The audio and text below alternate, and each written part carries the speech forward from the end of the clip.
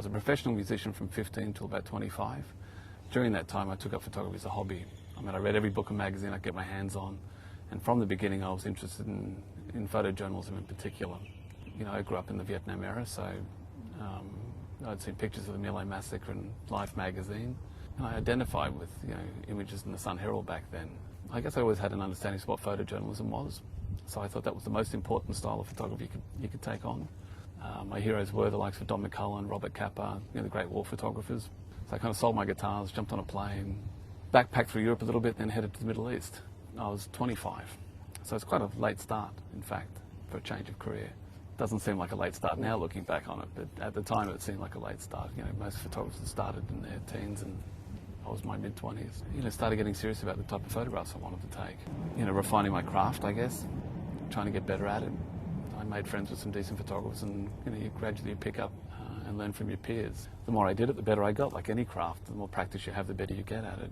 In fact, I'm still able to make a living out of it of sorts. It's some testament to that. I worked pretty hard as a kid. I was not a natural talent. It was hard work and perseverance. I guess there's a lesson in that somewhere. Look, I think I kept the work classic and simple. Like, I like simple, classic compositions. There's no Rosetta Stone needed to understand what it is I'm trying to say. I don't see it as art. I see there's a craft to it, but it's more about giving people a voice and telling a story. So having that simple, direct approach works for me, I think. I guess it's a less complicated way of seeing difficult subject matter. You know, people wouldn't know about what was going on had you not been there. I think that's the point of it. So we might go to places that other people are running away from, but you know, I think it's important to reveal something. Bear witness is a bit of a cliche, but it's the truth. And also, we're trying to reveal something of the truth of a situation, or my idea of what the truth is. I've done a lot of work around Indonesia. You know, it's a huge archipelago. Stories within stories that go on to form a larger body of work, which is the way I like to work. So I can keep going back and keep building. And the more I go back, the more I understand about the place. And you know, hopefully the work will have more to say. East Timor was an important milestone for me, I guess, in '99. You know, then it looked like East Timor was going to struggle but gain its independence. So I had to go there as part of my larger body of work in Indonesia. You know, by the time I got there, they'd just cast the vote on the day I was there. All hell broke loose. You know, the militias running around, the pro-autonomy militias, you know, killing and destroying things. And you know, we came under attack a number of times, so it's a very difficult place to work. But still, I think it's an important thing to do. You know, not going there and not providing evidence of some sort of historical record of an event like that. Getting up each morning and going out there and facing the same risks is a trial in itself, but I found that I could actually do it for the most part. You'd have good days and bad days, but you know, I'm attracted to that kind of work, and I'm still see it as an important part of what I do. How do I separate what I do from my ordinary life, perhaps? I don't think there is such a thing. I think it's all one and the same. It certainly has an impact on those at home, so the fracture part of it comes from that, you know, commitment to so many different lives, I think. You know, life at home, but you know, the photojournalist is what I've always wanted to be, and it's the kind of life I'm still trying to live. You become a little less tolerant of nonsense, you know. I remember coming back, well, in particular from the tsunami, and I had a neighbour that was complaining about our leaves falling on his front lawn, and I'd just seen complete devastation. So, you know, I don't think I behaved well under those circumstances, but, you know, you become a little less forgiving of things that seem trivial. You know, I want to be a well-balanced human being, so you still have to fit into the society that you live in. The best way to cope with this is by putting your responsibility forward and understanding that you're there for a purpose. You know, it's a job. It's how I make my living. A journalist is there to give people a voice, as well as to provide some sort of historical record of an event. So I don't believe the camera's a shield. You know, I tend to get affected by the things I see. And often it's not the thing you're witnessing. People are going through a lot more than what you are. You're there as a parachutist in some ways, and you know, you're seeing them lose their livelihoods or their houses or their loved ones, and you know, any thoughts I have afterwards seem trivial compared to what they've just been through.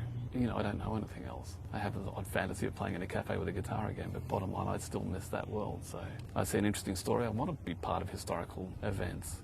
You know, I see what's going on in Cairo when I was working on a telemovie here. You know, one part of me's got the responsibility of saying, okay, I've got to complete the assignment and honour the contract. Another part of me wants to jump on a plane. You know, HIV is one of those stories I never thought I'd actually tackle. I went to a place called Lopburi, which is a monastery in Thailand, which was set up as kind of a hospice. You know, I kind of went there to understand it myself, to understand what it was about, because I knew it was a shy disease, particularly in Thailand, that nobody really had the proper statistics on how many people were suffering from it. You know, it's one of those stories that when you do get there and you kind of get beneath the extraordinary images and see the smaller stories within. Like you'd meet someone, you go back, you'd have a chat to them, You'd spend a few days with them and then you go back and the bed would be empty. And next thing you'd be attending a ceremony and a visit to the crematorium on site, and they'd be reduced to ashes. I remember there was one time when I photographed a gentleman who was the last thing he saw on this planet was me. And he looked almost inhuman. He almost looked skeletal before he'd passed away.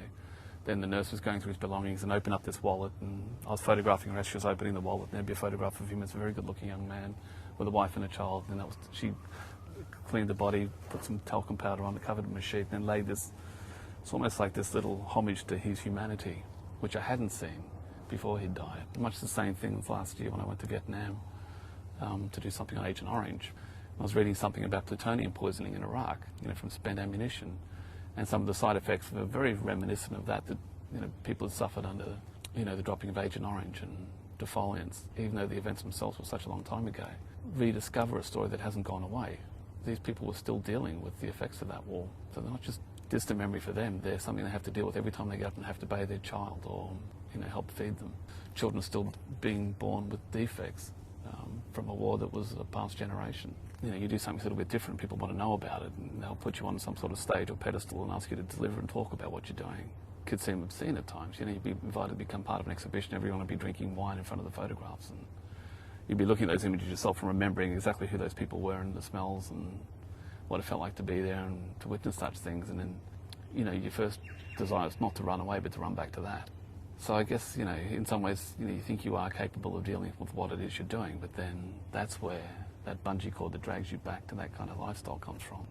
Recapture that ideal as to why you're doing it, what the importance of it is.